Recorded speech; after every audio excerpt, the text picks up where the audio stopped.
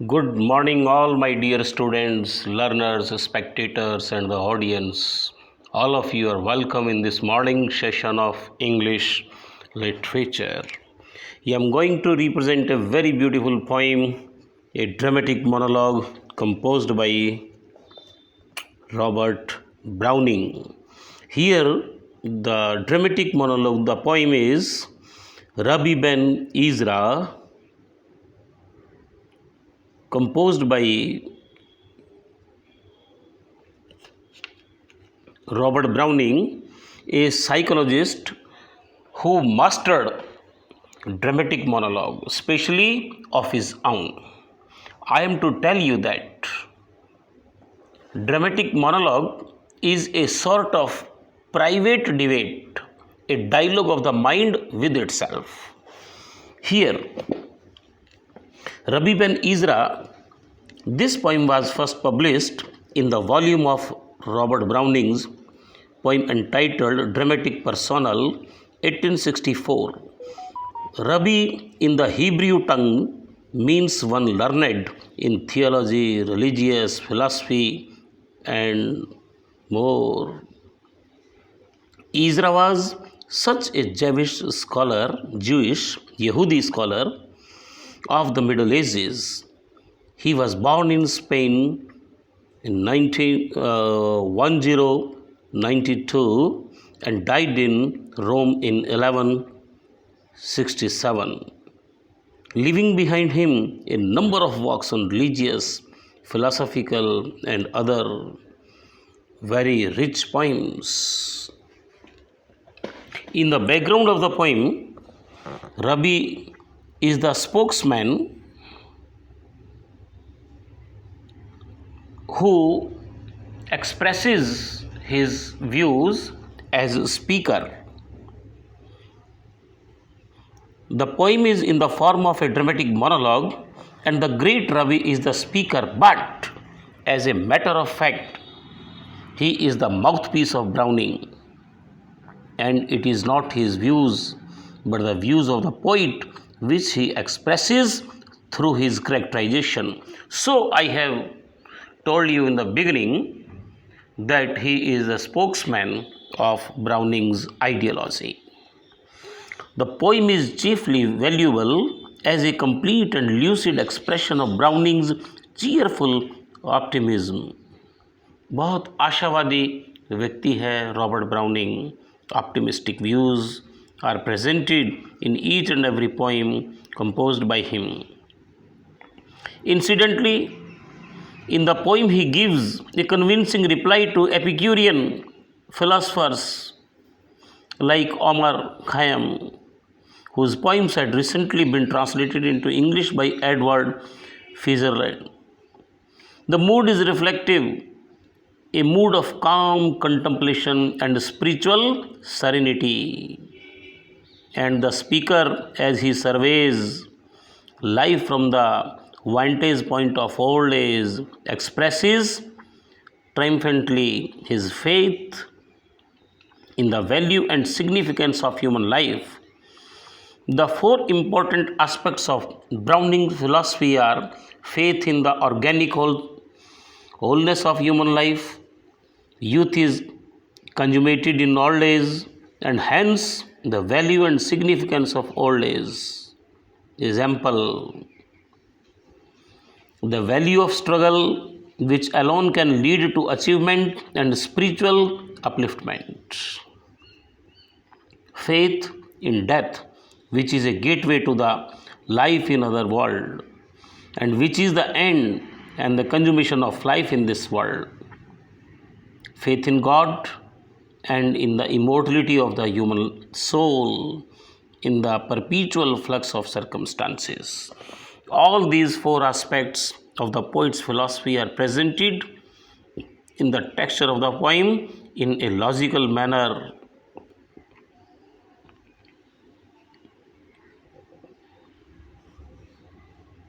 The monologue opens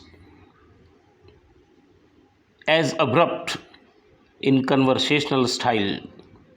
The second line of the poem is startling in its direct contradiction of the language and lamentation of the conventional poetry. Regret for lost youth and terror at the approach of old age are stock ideas in this poem.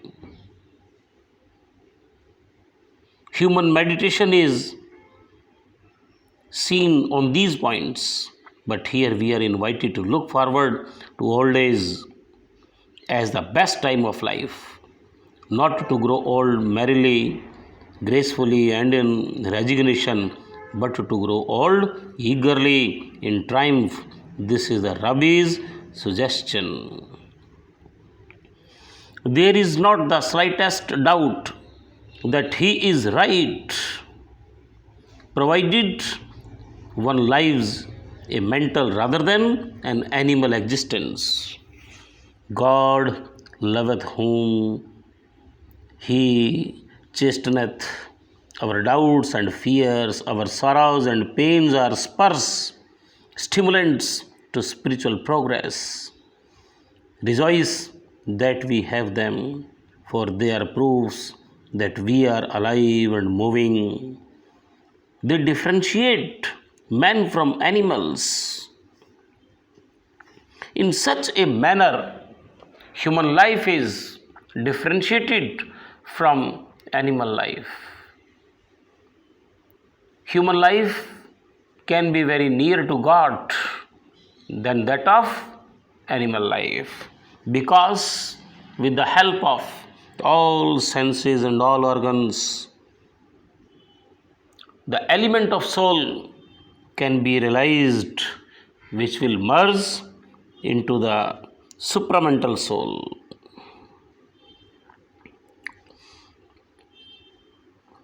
However, many thinkers regard the deepest sorrow of life as rising from the disparity between our ideals and our achievement. Browning says boldly, "What I aspired to be and was not comforts me."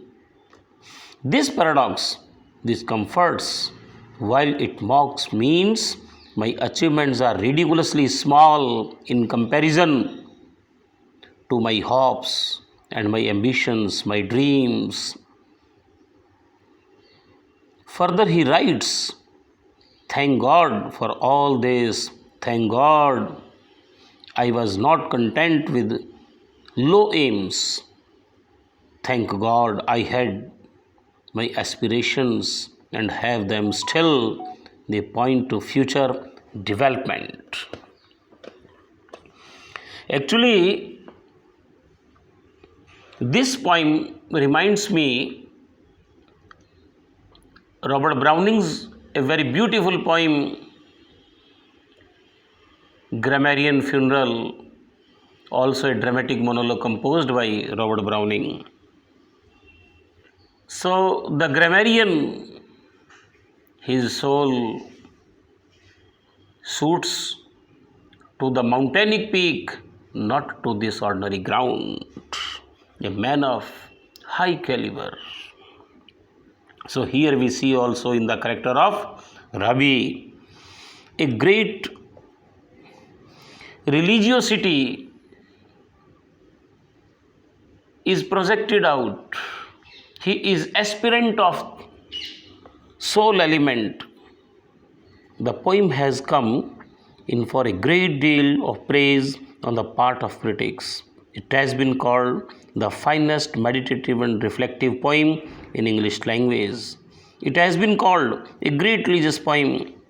Admiring it, Arthur Simon writes that in Rabi Ben Ezra, Browning has crystallized his religious philosophy into a shape of abiding beauty. It has been called, not rashly, the noblest of modern religious poems.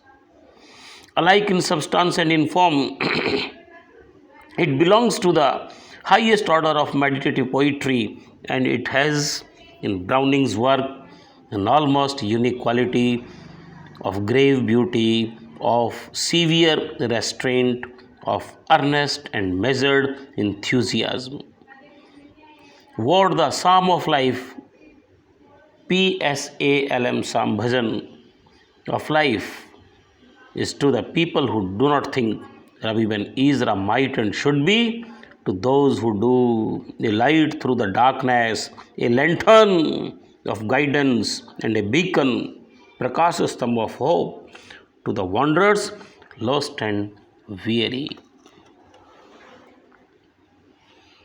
Just 15 minutes back, I taught you that Robert Browning is a man of optimistic views. So here Rabbi Ben Ezra is one of those poems that mold that type of character. Certainly, Browning's message in the poem is an optimistic one. It is not a cheap optimism, an optimism which is blind to the presence of evil or the suffering of mankind. The poem shows that the poet is aware of the sorrows and suffering of man, of the pangs and agonies, failures and disappointments that he has to undergo, but he derives hope from this very imperfection of human life. Actually, Robert Browning believes in the philosophy of imperfect. If a man thinks that he is perfect, he will become passive in his life. So he says that man is always imperfect and he must endeavor for achieving perfection. Having an unshakable faith in God and the immortality of the soul, he teaches us that failure in this life means success in the life to come. Very beautiful ideology, very beautiful ideology. If we remain unsucceeded in this life, it means that is the background for our own success in time to come. To Browning, the worst of sin is passive acceptance. Sloth and indifference, because who struggles and works can always hope. It is better to strive than to fail, than to make an effort at all. We are in the hands of God and He will certainly give us our due. All I could never be, all men ignored in me, this I was worth to God whose will, the picture, the shape.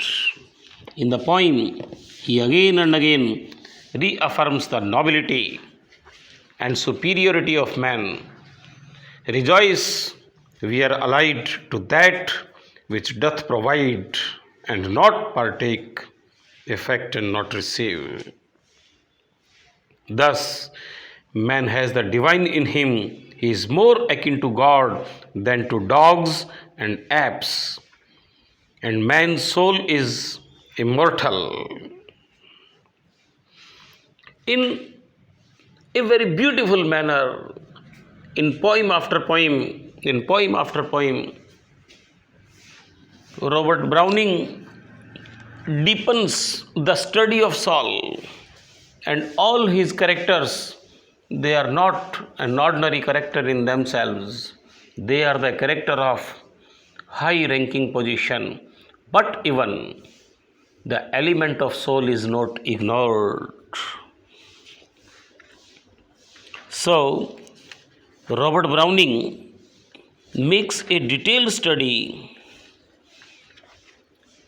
of what is going in the hidden recess of his characters.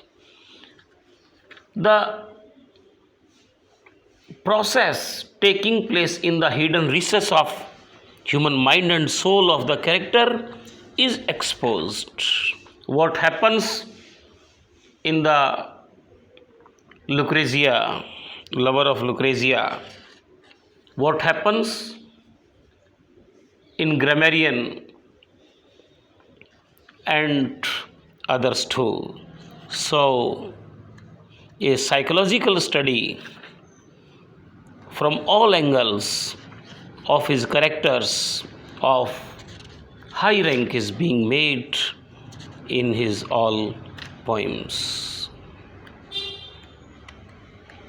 Actually, before Robert Browning, certain other literary personalities used monologues, dramatic monologues, but he mastered over them. And as we take the name of Robert Browning, his dramatic monologues happen in our mind. So, dear students, in very simple words, I am to tell you that the purpose of human life in the eyes of Robert Browning is that it is spiritual development and the body should be employed in the attainment of the progress in spiritual life. Earthly pressures are not an end by themselves. ये सांसारिक जीवन में सुख सुविधा यही लक्ष्य नहीं है जीवन का. Their main purpose is to impress the soul with some spiritual feelings so that it may travel hopefully in its spiritual voyage. आत्मिक यात्राओं की तरफ अग्रसर होना after shuffling off the betterment of spiritual life.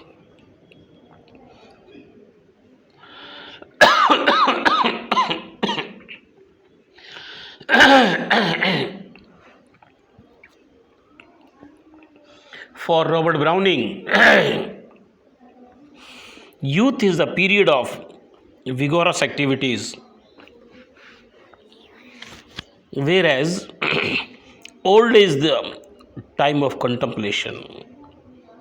It is the privilege of man to make judgments on the activities of the life. The period of youth was a period of mere excitements, and no definite judgment could be passed on this period. But all hectic activities of youth come to an end in old age, and the old man can form a true estimate of his life's activity. Just as old age is necessary to find out what is good in human life, so death is necessary to take us to the next higher world. We should not fear of death. The people of the world judge a man's worth by his tangible and solid achievements. It is God who takes into account all unfulfilled hopes, aspirations, and instincts of man while judgment a man's worth. Actually, God is the potter, वो कुम्हार की तरह से ईश्वर, and soul of man is clay. आत्मा हमारी मिट्टी के समान है. Earthly shadows will fade away, but God and soul will live forever. ये संसारिक जो चीज़ें दिख रही हैं, ये परछाइयाँ हैं, एक दिन समाप्त हो जाएंगी, बहुत क्षणिक हैं, ट्रांजिटरी हैं. बट गॉड, लेकिन ईश्वर और हमारी आत्मा ये अजर अमर अविनाशी है. It is not the subject of decay and death. They are immortal. Time's wheel, समय का पहिया, रन्स बैक और stops. Potter and clay and your. God has placed human beings in the midst of plastic circumstances. So they may use them for the enrichment of their spiritual life. Man should not be lost in the dizzy raptures of present life. But what happens? Man is lost in wine, wealth, and woman. It happens. But the poet presents a different type of attitude. He should use the present for the betterment of the soul. The present life is just an agency or machinery to give thy soul its bent, so that it may travel hopefully in the world to come. The man should concentrate on the service that his soul will do to God in the kingdom of heaven. When it reaches there, after shuffling off the mortal coils, the human soul is the cup formed by God, the potter. This cup of the human soul will be placed on the festal board in the dining hall of heaven, and God will fill it with the new wine of heaven and taste the wine poured in the cup. God's lips will grow ready as he will drink the new wine from the cup of the human soul. Rabbi Ben Ezra is now old. He is patiently waiting for the time when his soul gives up. Rabbi Ben Ezra तो इंतज़ार कर रहा है कि कब उसका देह उसके शरीर को छोड़े and the body and ascend to heaven, soul कहाँ चली जाए, स्वर्ग में चली जाए. All through his life he had his eyes on his spiritual heritage and he had never lost sight of his divine home. Rabbi hopes to reach the home of God in cheerful spirit. He prays to God to take and use his soul in his service and rectify all the flaws and defects which might have remained behind in the earthly existence. However, the poet wants to say that since human beings are of divine origin, they should welcome struggle, trials, and tribulations of life. They should never be daunted by failures. They should be ready to advance and make further progress. Let their joys be three parts pain. They should strive and hold cheap and strain. They should learn not to fret and fume about the pangs and throes that come in their lives. Learn nor account the pang, dare never grudge the throne.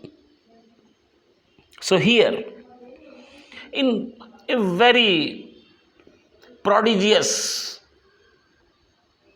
and very beautiful manner,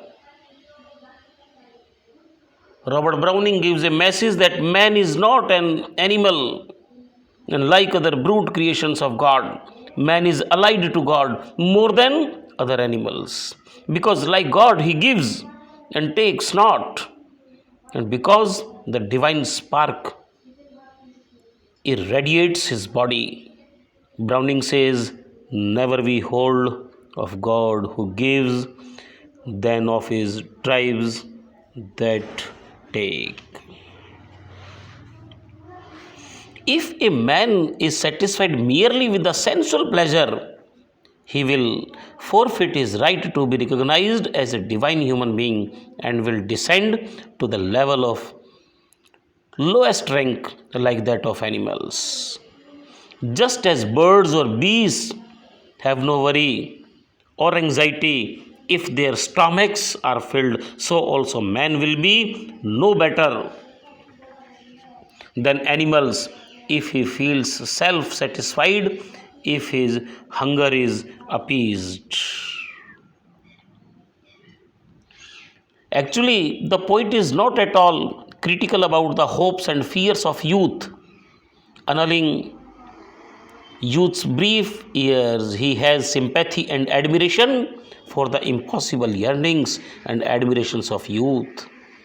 It is the greatness of human beings that they have high hopes and aspirations.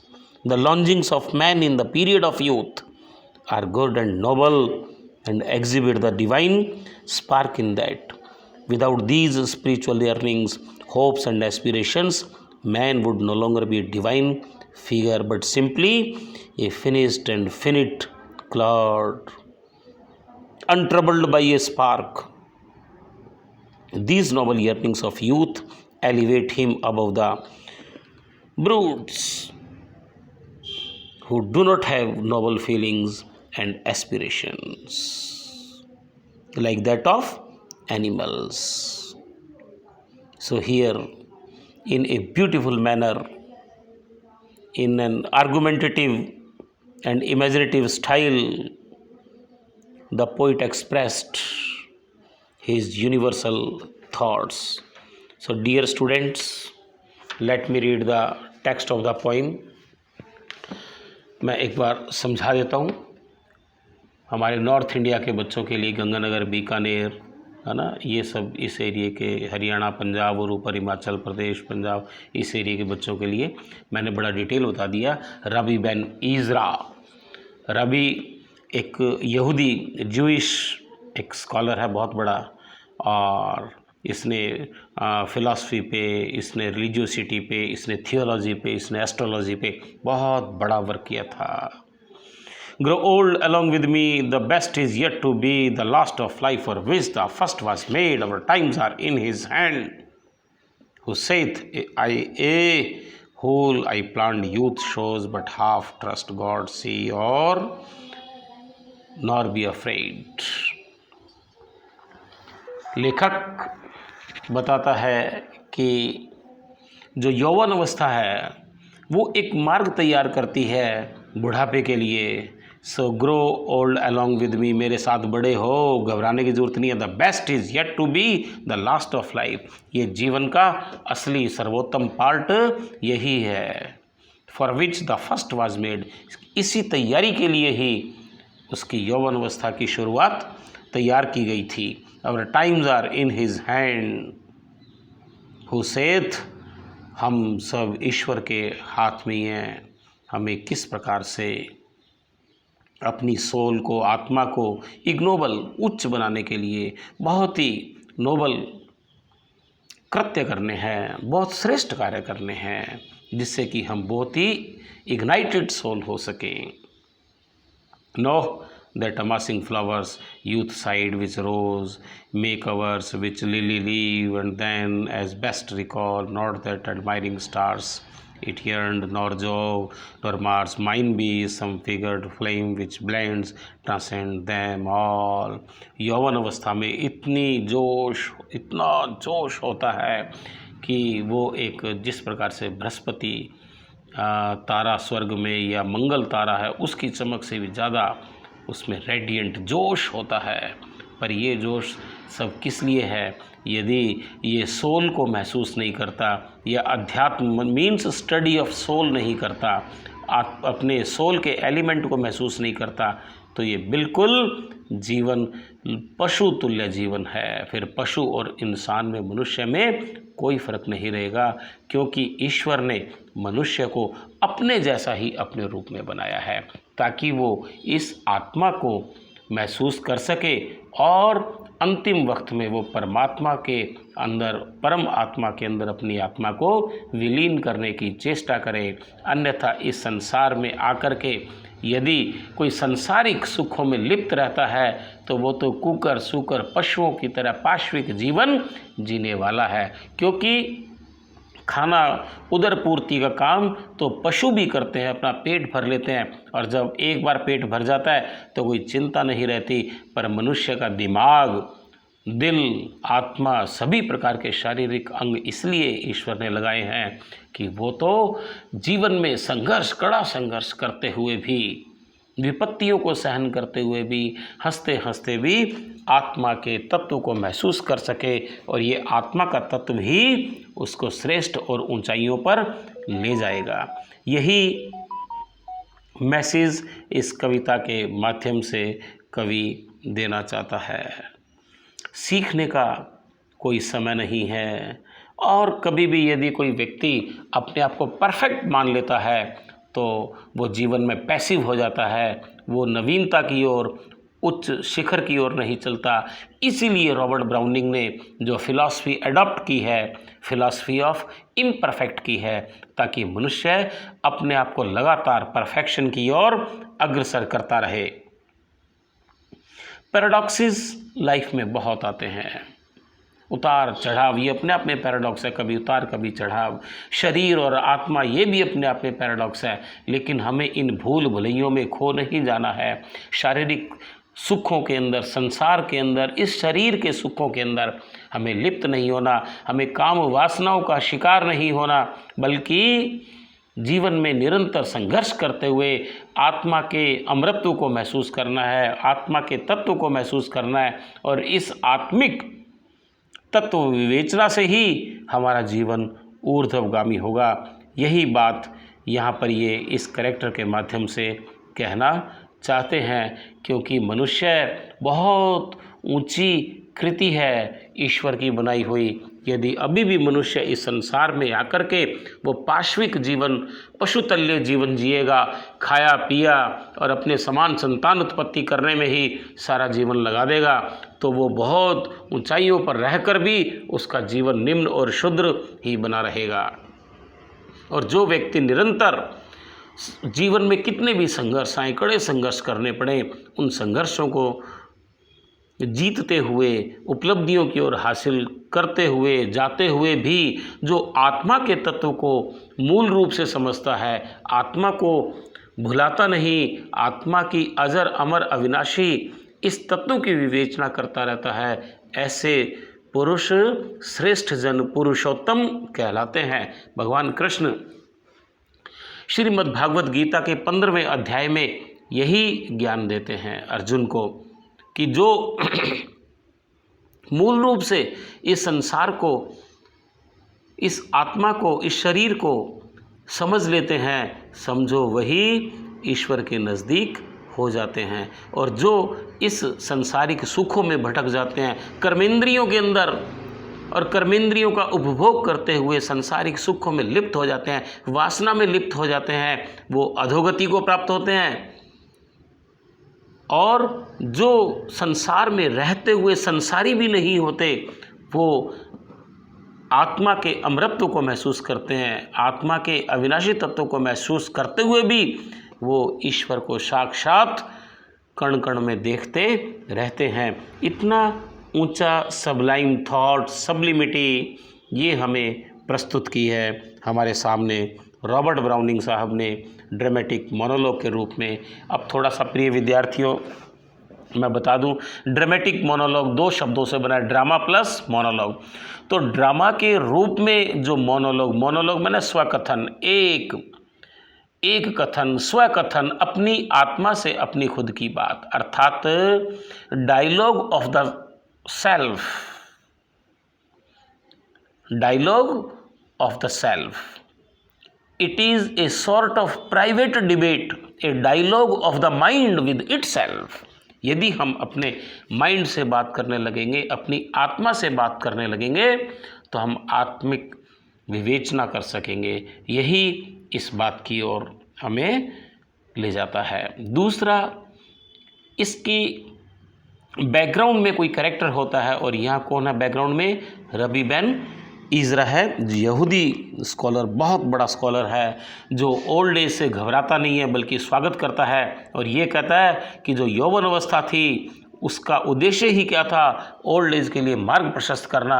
उसने पूरे जीवन संघर्ष में, कड़े संघर्ष में बहुत ज्ञान प्राप्ति में लगाया, लेकिन उनके साथ उसने आत्मा के तत्व को भुलाया नहीं, इसलिए आज उसको बढ़ती हुई उम्र में बुढ़ापे से डर नहीं लग रहा है। बहुत वीरों की तरह से वो बुढ़ापे को, ओल्ड एज को स्वीकार करता है और अपनी आत्मा के तत्व को, अजर अमर अविनाशी तत्व को महसूस करता है, ताकि उसकी आत्मा अपने परम पिता परमात्मा के अंदर लीन हो जाएगी जब ये उसका देह, ये संसार, ये शरीर पीछे छूट जाएगा। यही बात कहना चाहता है। Okay dear students, thank you once again all my dear students, the spectators, the listeners।